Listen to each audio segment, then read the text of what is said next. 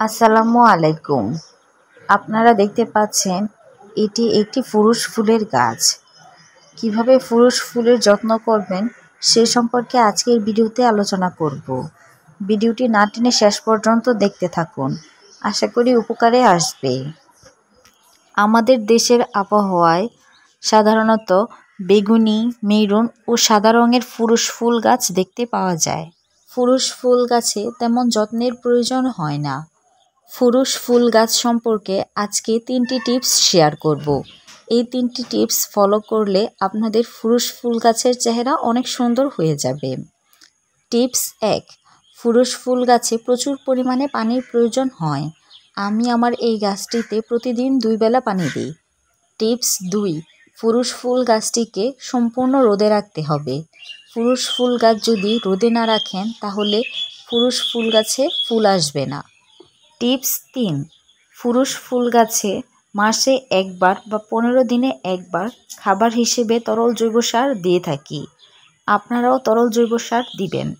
যেহেতু তরল জৈব সারে একটি গাছের জন্য প্রয়োজনীয় সব রকমের পুষ্টি উপাদান থাকে, সেজন্য এটি দিলে গাছের সব রকমের পুষ্টির চাহিদা পূরণ হয়ে যায়।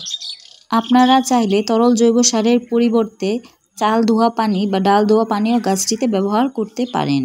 কিভাবে তরল জৈব সার তৈরি করবেন সে সম্পর্কে আমার চ্যানেলে ভিডিও দেওয়া আছে। ওই ভিডিওর লিংক এই ভিডিও ডেসক্রিপশন বক্সে দিয়ে দিব, চাইলে দেখতে পারবেন।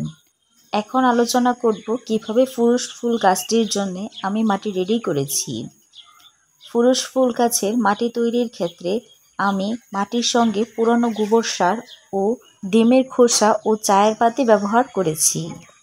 ডিমের খোসা থেকে গাছটি তার প্রয়োজনীয় ক্যালসিয়াম পেয়ে যাবে এবং চায়ের পাতি থেকে গাছটি তার নাইট্রোজেনের চাহিদা পূরণ করে নেবে।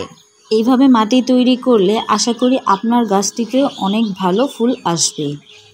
আমার এই ফুরুষ ফুল গাছটির বয়স 8 থেকে 9 মাসের মতো হবে।